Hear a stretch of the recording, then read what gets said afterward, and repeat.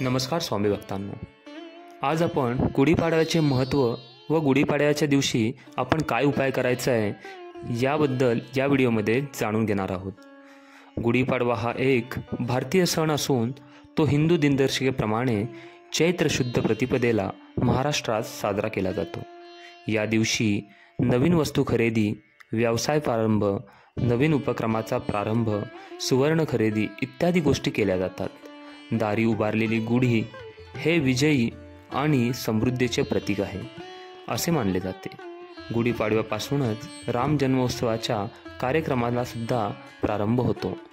आपण ही गुढी आपल्या घराच्या बाहेर उजव्या बाजूला उभारायची आहे। तर जाणून घेऊयात आपल्याला काय उपाय करायचा आहे। हा उपाय करण्यासाठी फक्त आपल्याला 11 रुपये खर्च होणार आहे। आपल्याला एक केसरी रंगाचा कपडा घ्यायचा आहे, त्यामध्ये ते 11 रुपये बांधायचे आहेत आणि आपण गुढी उभारण्या अगोदर जो तांब्या गुढीला वरती आपण लावतो त्या तांब्यामध्ये हे 11 रुपये बांधलेले कपडा त्या तांब्यामध्ये टाकायचे आहेत आणि मग आपण गुढी उभारायची आहे।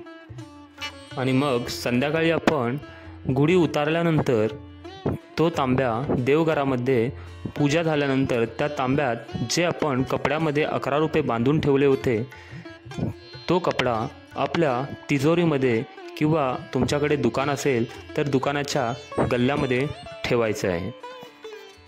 त्याने तुमच्या घरात बरकत येईल, पैसा खर्च होणार नाही, पैसा येऊ लागेल, धनवृद्धी होईल।